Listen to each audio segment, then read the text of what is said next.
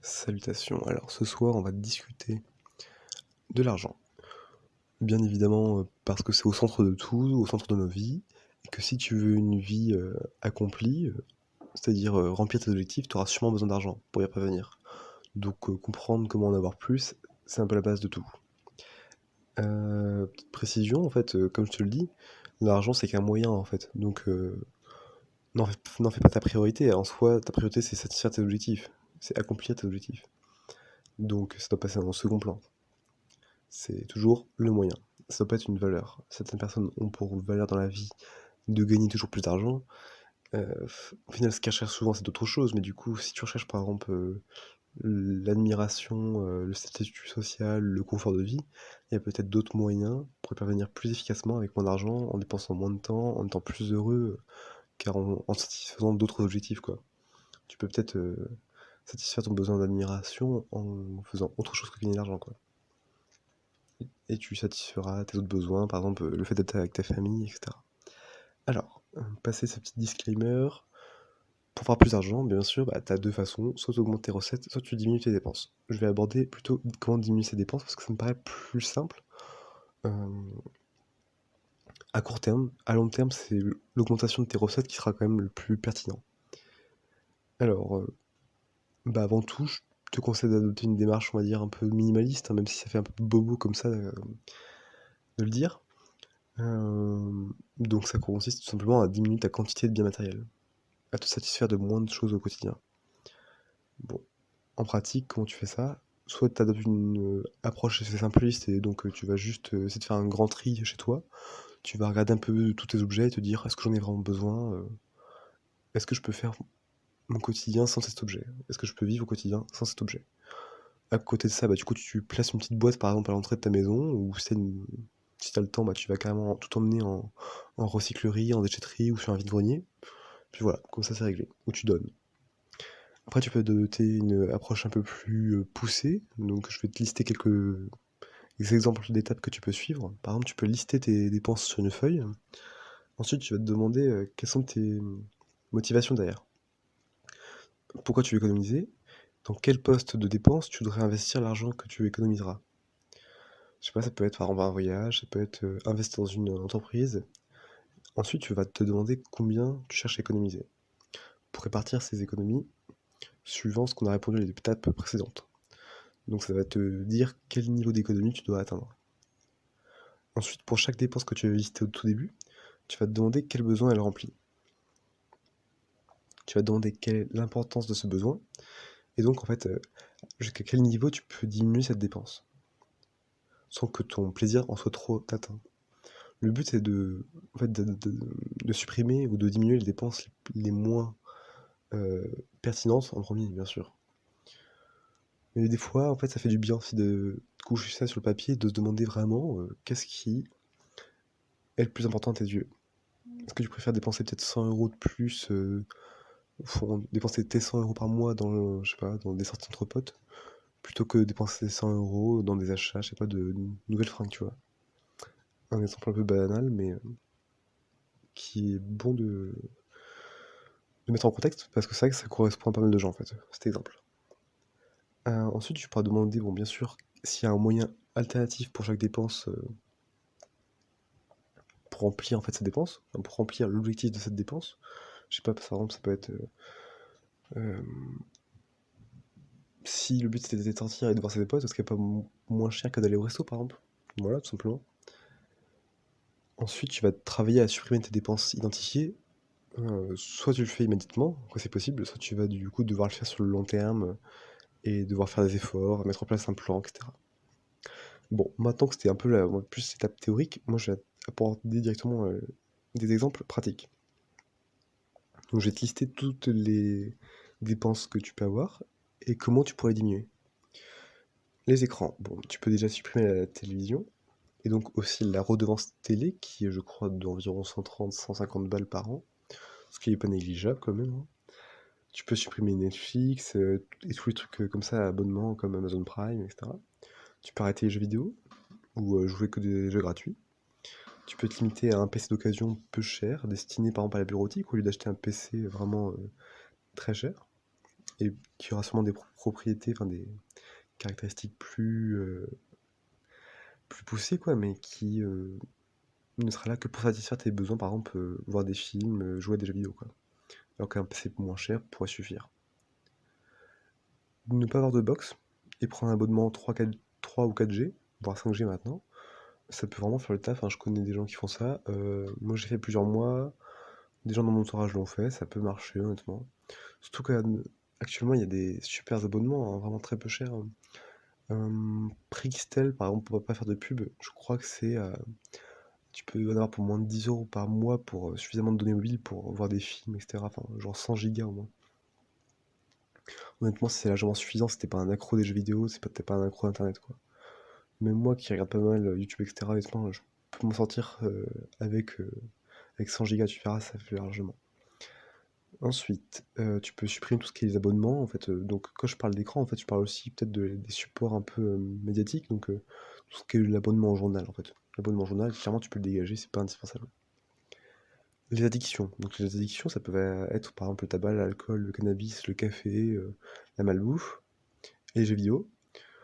Et il y a encore plein d'autres choses, bien sûr, mais ça, c'est les principales addictions payantes. Donc, bah, remets-les en question, en fait. Après, c'est très facile à dire, beaucoup moins à faire. J'aborderai ça dans un autre article, comment gérer sa addiction. Après, déjà, de ton côté, tu peux te mettre à travailler là-dessus. En tout cas, moi, c'est ce que j'essaie de faire. Moi, c'est plus la bouffe mon problème, et donc, du coup, c'est pas honnêtement très grave, parce que c'est pas la bouffe qui coûte le plus cher, honnêtement. L'addiction au tabac ou à l'alcool est bien plus coûteuse, c'est bien plus handicapant pour les gens qui en sont atteints. Les loisirs payants. Donc, les loisirs payants, ça va être par exemple cinéma, un club de sport, un restaurant, enfin le fait d'aller au restaurant, des voyages, la visite de lieux, etc. En fait, on a plein de loisirs payants. Peut-être qu'on pourrait remplacer ça par des loisirs gratuits. Donc je te conseille de faire une petite liste de loisirs et sorties gratuites que tu pourrais faire. Des sorties peu chères, etc.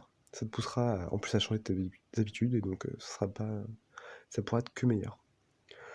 Pour l'eau, comment économiser de l'eau? Alors là, j'ai noté des trucs un peu perchés. Honnêtement, c'est quand même compliqué d'économiser de l'eau. Tu peux commencer avec des petits trucs comme un robinet avec ajusteur de débit. Tu peux te doucher moins souvent. Ça, parce qu'en soi, on se douche tous les jours à peu près. On pourrait se doucher un peu moins souvent, une fois tous les 2 jours. Après, ça dépend pas vraiment de ton métier, ton activité physique, etc. Enfin, ton alimentation surtout, en fait, et ton état de santé. Avec l'alimentation moderne et notre mode de vie moderne, c'est compliqué de pas se doucher tous les jours. Mais en soi, c'est possible que tu es en bonne forme. Tu peux aussi te doucher avec un débit moins élevé, en faisant des douches plus courtes, ou te doucher à l'eau froide carrément, si tu es suffisamment fort mentalement. Et ça fait quand même des économies pas négligeables, hein, parce que ça fait quand même pas mal d'euros, parce que je crois que l'eau chaude est 3 fois plus chère que l'eau froide environ. Donc sur ta facture d'eau chaude, enfin d'eau, en général, ça se fera pas sentir. Mais sur ta facture d'électricité, si tu te douches à l'eau froide, tu verras une belle différence quand même. Après, bien sûr, le poste le plus coûteux, c'est comme le chauffage. Mais ça, on abordera ça plus tard. L'alimentation. Bon, bah, pour l'alimentation, c'est un sujet très vaste. Comment diminuer tes dépenses alimentaires? Tu peux produire ta nourriture toi-même, avec un jardin, un élevage, etc. Une bonne base, à mon avis, c'est d'avoir un poulailler avec quelques arbres fruitiers. Déjà, ça va te permettre d'être autonome avec très peu d'entretien. Bon, le poulailler, c'est pas trop vrai, mais en soi, c'est pas non plus hyper coûteux comme en termes de temps. Tu peux après, en plus de ça, intégrer des plantes annuelles faciles et nourrissantes, comme des patates, du topinambour, des courges, de la tomate, etc. Des trucs productifs et peu coûteux en termes de temps et d'argent. Je te conseille aussi de cuisiner à partir d'aliments bruts. Ça coûte moins cher que la malbouffe. En plus, tu rends meilleure santé, donc c'est toujours bénéf. Tu peux aussi d'acheter des produits transformés, car ils sont plus chers. En fait, en général, on mange tous trop, donc si tu apprends à manger moins aussi, tu auras moins de dépenses. Faut manger des trucs qui calent, du coup, sans sucre raffiné, parce que le sucre raffiné, c'est que ça stimule pas mal la faim, comme tout ce qui est épices, etc. Donc, mange beaucoup de légumes et de fruits. C'est volumineux, sans être trop calorique, et du coup, ça cale vraiment. T'as une vraie sensation de satiété, alors que tout ce qui est produit avec du sel et du sucre, ça donne très faim chaud. Enfin, surtout le sucre. ça te crée une faim factice. Je te, Tu verras, tu te fais une salade de crudités avec, je sais pas, de la macédoine, du maïs, quelques olives, des tomates cerises, etc. Un truc comme ça, avec un peu de mayo, et tu vas très vite être calé en fait. Donc un truc à tester. Ensuite, au niveau médical, bon, ça ne concerne pas trop quand tu es jeune, mais plus tard, ça peut vite poser problème parce que tu peux avoir pas mal de dépenses. Bon, encore quand tu es en France, il y a la Sécu, donc ça va. Mais bon, c'est pas une raison pour rien faire. Une meilleure santé à travers une meilleure alimentation, bien sûr, de l'activité physique, un environnement moins stressant, des relations sociales, etc. En fait, il faut créer un environnement sain. Tout ça fera que tu auras moins de dépenses médicales à court terme, comme de l'acné, des infections bénignes, je sais pas, par exemple, ça peut être une cystite chez les meufs, des allergies, des problèmes de peau, du diabète, de l'hypertension, du mal de dos, etc. Tous ces petits problèmes de santé déjà qui te bousillent la vie au quotidien, te bousillent le moral, mais qui peuvent aussi te coûter du temps et de l'argent, des consultations, etc. Ça peut être aussi le problème oculaire, donc là ça peut vite coûter cher aussi avec le prix des lunettes. En fait, ce qui est surtout intéressant, c'est au long terme. Euh, Être hypertendu ou diabétique, à long terme, tu verras, ça te bouffera pas mal de temps, de l'argent aussi, ça t'empêchera surtout de vivre. À noter qu'en France, on est surtout très chanceux, dans d'autres pays, c'est pas la même chose, donc, et on n'est pas sûr que la sécu évolue dans le bon sens. Donc, je sais pas, au cas où t'aurais pas remarqué, l'hôpital public, il est pas en très bonne forme, et ça va pas en s'améliorant. Donc, je pense que la meilleure solution pour éviter d'être dans la merde plus tard en termes de santé, bah, c'est de prendre soin de soi maintenant. Sans compter l'évidence, bien sûr, qu'être en meilleure santé, bah, c'est presque le facteur numéro un à prendre en compte si tu veux une meilleure productivité, quel que soit le domaine. Donc pour augmenter tes recettes, surtout, mais aussi un peu pour diminuer tes dépenses, parce qu'une bonne santé, ça fait que t'es plus efficace, par exemple, pour te restreindre, ou juste t'as moins besoin de tes produits additifs, etc. Parce que l'addiction, c'est quand même un truc compensatoire à la base. Donc, en fait, être en bonne santé, c'est sûr que ça va pas être une réduction de dépenses immédiate, mais ça va être un très fort facteur indirect pour augmenter ta force mentale et ta productivité en général, donc pour diminuer tes dépenses et augmenter tes recettes. Ensuite, pour l'assurance, bah, tu peux te limiter à une mutuelle pourrie si t'es en bonne santé. C'est un peu moins facile si t'es en mauvaise santé, justement, d'où l'intérêt de faire attention à soi. Ensuite, pour la voiture, bah, tu peux prendre. Ouais, c'est un peu plus compliqué. Dans ces cas-là, je te conseille de ne pas avoir de voiture. En plus, avec le prix de l'essence, ça sera toujours intéressant. Pour ta maison, tu peux prendre le minimum aussi si tu as peu de biens et si ta maison vaut peu cher. Donc ça va prendre avec des pincettes, hein, mais bon, de toute façon, les assurances maison, toutes les assurances en général, moi je m'en méfie un petit peu. Je préfère avoir des fonds de réserve. Je préfère compter sur moi-même que sur un organisme tiers. Le chauffage. Alors le mieux c'est de choisir une habitation isolée et petite, ou alors la construire soi-même. Petite parce que moins d'espace à chauffer. Et le chauffage, c'est très très important de le prendre en compte parce que c'est une dépense, enfin, c'est la dépense principale en termes de coût d'électricité. Vu que l'électricité augmente avec le pétrole et d'autres problèmes, bah, arriver à diminuer ta facture de chauffage, ça sera que bénéfique. Donc bien sûr, l'élément principal, c'est prendre une habitation petite et très bien isolée. Mais tu peux aussi diminuer la température de ton habitat. Te faire l'idée que tu peux vivre avec 1 ou 2 degrés de moins, et du coup te couvrir plus. Moi je l'ai déjà fait honnêtement, enfin même actuellement en fait, l'hiver souvent je mets toujours un pull en journée, chez moi parce qu'il fait 17 peut-être, ouais 17 je pense. C'est un peu froid, 17-18, mais pas 20 en tout cas c'est sûr. Tu peux aussi isoler plus ta maison si tu as déjà construit ta maison, et choisir autrement une habitation entourée de voisins qui chaufferont pour toi à travers le mur. Alors ça c'est la technique du radin, une technique que je suis avec très grande ferveur, car j'ai 4 voisins, donc un au-dessus et 3 sur les côtés et un en dessous. Ce qui fait que j'ai qu'une seule façade exposée, donc en fait je ne chauffe pas de l'hiver et je suis à 17-18 degrés comme je te le disais. Donc honnêtement je suis vraiment bien. Vraiment bien. Si je cuisine un petit peu, en plus ça augmente la température rapidement, enfin voilà en fait. Si je fais un peu de sport pareil, donc je me fais pas trop de soucis, vraiment mon logement en plus c'est petit donc ça chauffe très vite. Si j'ai besoin de chauffer. L'électroménager. Remplacer un aspirateur par un balai, bon, ça c'est pour les, les plus déterminés. Honnêtement, je suis pas sûr que ce soit le plus rentable. L'aspirateur est tellement une petite dépense en termes électriques que c'est pas vraiment judicieux. Par contre, à l'achat, c'est vrai que ça peut être intéressant. Quoique de nos jours, t'as quand même des aspirateurs à 40 balles, pas trop mal, donc... Mais bon, le balai c'est toujours intéressant, puis en plus c'est pas bruyant, donc ça détend, quoi. Supprimer un frigo ou en prendre un plus petit, ça peut être intéressant. C'est un peu compliqué à mettre en place, mais ça peut être intéressant d'expérimenter le fait de se satisfaire enfin, de vivre tout simplement sans frigo, en fait. Parce que c'est vrai qu'on est vachement dépendant de ce truc-là. Et comme je te disais, bah, l'électricité, on n'est pas toujours sûr qu'on est à gogo, il peut y avoir des coupures de courant, etc. Donc apprendre à faire sans, c'est toujours mieux. Pour ça, bah, du coup, il faut peu de nourriture réfrigérée, donc faire des plats un peu moins gros, manger beaucoup de crus et de légumes, et puis tester d'autres méthodes de conservation, les conserves, mais la lactofermentation aussi, qui me vient à l'esprit, le séchage et encore d'autres trucs comme ça. Le plus compliqué, ça reste quand même la viande.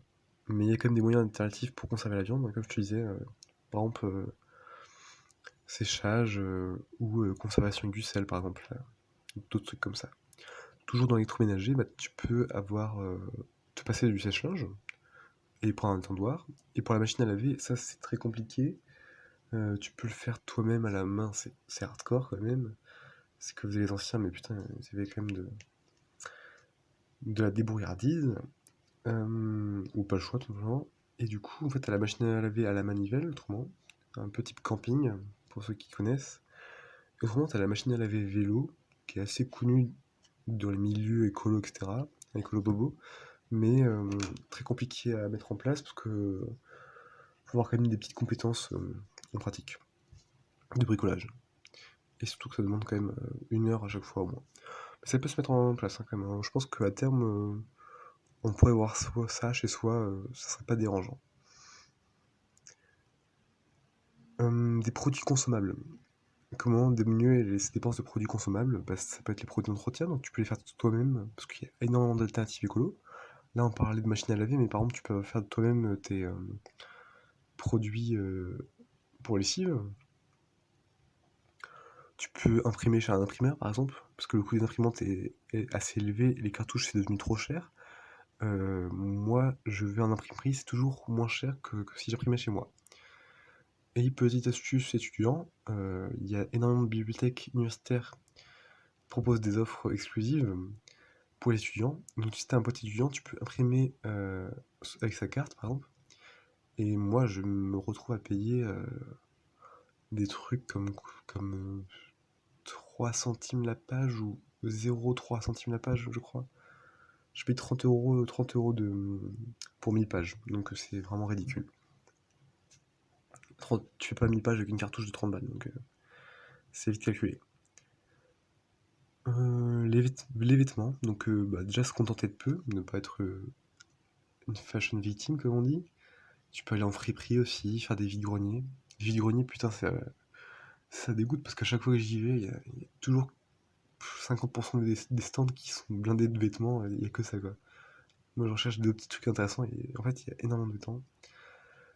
Mais du coup c'est une occasion en or si tu veux vraiment acheter des trucs quoi. Tu peux aussi aller dans des magasins un peu chers ou bien sûr Vinted maintenant, qui est un peu la référence. L'optimisation fiscale pour réduire sa dépense. Sujet un peu fâcheux, un peu qui peut créer des tensions. Bah, diminuer ses impôts, c'est un peu compliqué. Je pense que tu peux y avoir un notaire ou il doit y avoir des spécialistes qui font ça. Le mieux autrement, bah, c'est de faire des dons, parce que tu as une déduction. Après, du coup, tu n'es jamais déduit de tous tes dons, c'est 66% seulement. Tu peux aussi imaginer juste gagner moins, tout simplement. Gagner moins d'argent ou faire du black à côté. Parce qu'en fait, bah, bien sûr, en dessous un seuil, t'as pas d'impôt. Donc faire du black ou travailler moins, et puis le temps que tu passes à ne pas travailler, bah, tu vas le passer enfin, le temps que tu auras gagné, tu le passeras à produire des choses pour toi, par exemple, je sais pas, ta bouffe, bricoler chez toi, etc. Donc ça sera comme si tu avais gagné de l'argent, mais en plus tu feras ça toi-même, donc ça sera hyper sympa, etc. Enfin, hyper sympa, ça, ça se questionne, mais bon, produire sa bouffe soi-même, par exemple, c'est pas horrible, quoi. Juste pour finir, du coup, les transports, bah, faut faire en sorte de ne plus avoir besoin de voiture, ou alors avoir une voiture pourrie, et économe en essence surtout. Tu peux aussi utiliser un vélo, par exemple, ou un Solex. Je parle de l'essence parce que du coup, on voit bien qu'actuellement ça se pète la gueule, que je ne connais pas trop le sujet, mais j'ai quand même l'impression que le fameux pic pétrolier arrive. On l'avait annoncé, ça paraissait logique qu'il arrive un jour, et donc on dirait que c'est bien là qu'il commence à se manifester. L'esthétique, les dépenses en esthétique, bah déjà tu peux apprendre à te coiffer seul ou demander à un proche de le faire. Être en meilleure santé aussi, ça diminuera tes dépenses en esthétique parce que énormément ça correspond surtout aux meufs, mais il y a énormément de dépenses en fait qui sont juste là pour masquer des défauts, etc. Je sais pas, l'acné ou problème de peau. Alors que, en fait, si t'es en bonne santé, t'as pas ce genre de problème, en fait. Moi, mon acné, elle est typiquement juste dépendante de mon alimentation. Enfin, j'en ai plus maintenant, mais en fait, elle était dépendante. Il suffisait que je mange mal, hop, c'était bon, j'avais une crise de bouton, sinon ça pouvait partir. Bon, vu que je suis un homme de mon temps, je mangeais mal tout le temps, donc j'en ai tout le temps, mais les quelques fois où j'ai arrêté, en fait, très rapidement ça disparaissait. Enfin, le plus souvent, j'ai quand même une crise au début. C'est très chelou, t'as une crise au moment où tu fais plus gaffe, en fait. Et une fois que la crise est passée, les boutons commencent à disparaître. Petit passage dégueu, du coup. Ou alors tu peux juste apprendre à te passer des cosmétiques en général. Tu peux aussi apprendre à t'épiler seul ou avec un proche, etc. Ou par un proche plutôt. Le mobilier, donc bah, d'occasion, ou fabriqué soi-même, bien sûr. Et l'habitation, qui paraît le truc le plus intéressant, avec l'alimentation et le chauffage, je pense. Et les écrans, parce qu'on a des grosses dépenses d'écran aussi. L'habitation, du coup, bah, faut acheter en campagne, je pense. Car les prix sont moins chers. Faut acheter une petite maison, comme je te disais, parce que c'est moins cher, ça a moins d'entretien, c'est moins de chauffage. Si tu es en location, bah, tu prends un appartement plus petit aussi, hein, c'est moins cher. En plus, si t'es minimaliste, t'auras pas de problème pour caser tes biens. Le mieux aussi, ça peut être de fabriquer soi-même sa maison, en matériaux écolo par exemple. C'est une option parmi tant d'autres, mais ça permet d'économiser énormément sur le prix d'habitation. Euh, Il y a plein de techniques, hein, une technique au torchis, la terre, ça s'appelle la terre le pisé, la terre comprimée. T'as aussi simplement plein de trucs un peu bizarres, comme l'adobe ou d'autres trucs comme ça. Les maisons en bois aussi, mais bon, je suis un peu moins fan. Les maisons en pierre, tu peux vraiment économiser énormément. Et d'autant plus que ta maison est petite, bien sûr. Le facteur clé, en fait, c'est de se contenter de peu, hein, comme pour partout. Au lieu de vouloir un 150 mètres carrés, se contenter d'un 50 mètres carrés. Ce qui est bien suffisant, en fait, hein. Surtout quand t'es seul ou même en couple. Tu peux aussi autonomiser ta maison, du coup en eau de pluie en eau, pardon, en utilisant l'eau de pluie ou en utilisant un forage ou en utilisant une toilette sèche, etc. Tu peux autonomiser en électricité aussi avec du solaire, de l'éolien ou limiter les dépenses, car le solaire et l'éolien ça pose question quand même à terme, en termes d'efficacité énergétique, de rendement sur investissement, etc. Le mieux c'est quand même de limiter ces dépenses. Et bah c'est tout pour tous les exemples. Ensuite, bien sûr, bah, tu peux, dans les activités qui te feront économiser de l'énergie, économiser de l'argent plutôt, bah, il y a le troc, l'achat d'occasion, comme on a dit tout à l'heure, avec le Bon Coin, bien sûr, la référence. Vinted, tu peux aussi fabriquer toi-même certains produits, si c'est rentable. Les cosmétiques, les produits d'entretien, donc le fameux do it yourself. Et le plus important, c'est quand même apprendre à réparer ces objets, des vêtements, des meubles, des appareils électroniques, etc. Ça, c'est indispensable si tu veux une société plus écologique, puis c'est indispensable si tu veux aussi économiser de la thune. Ce qui est aussi important à noter, c'est de ne pas avoir de dette, car c'est une forme d'esclavage avec les intérêts, ce qui est un peu moins vrai de nos jours au vu de l'inflation énormissime, quoi. Mais à la base, c'est quand même le cas. La dette, c'est l'esclavage. Les supermarchés sont parfois, voire assez rarement, font assez rarement des promotions, mais quand il y en a, il faut saisir l'occasion. En fait, tu peux vite faire 30 à 50% d'occasion, 50% d'économie sur le produit. Et du coup, si t'achètes en gros, faut avoir l'espace du coup, ce qui n'est pas en cohérence avec du coup le fait d'avoir un habitat petit. Mais bon, si t'arrives à stocker les choses, c'est bien. Tu peux en fait du coup diminuer énormément tes dépenses. Si t'achètes tous tes produits à moins 30% parce qu'à chaque fois tu t'achètes en promo, par exemple t'achètes un an de lessive, un an de céréales quand il y en a, ou un an de produits vaisselle, enfin des trucs perchés quoi, mais tu peux vite faire des grosses économies. Tu peux aussi avoir un commerce et acheter en gros dans des grossistes, ça peut être aussi intéressant. Intéressant aussi pour diminuer ses dépenses, bah du coup c'est de se mettre en lien avec des gens produisant ce dont tu as besoin, de l'alimentation, un coiffeur, un bricoleur, un constructeur, un garagiste, soit pour les ristournes amicales, soit pour l'entraide par exemple. Bien sûr, l'entraide c'est de donnant-donnant, donc si tu te mets en lien avec des gens qui pourraient t'aider pour satisfaire tes besoins, bah faut que tu les aides aussi quoi en fait. C'est comme ça que l'humanité fonctionne depuis un milieu de temps, donc il serait temps de remettre ça en place quoi. Un peu d'entraide et d'humanité.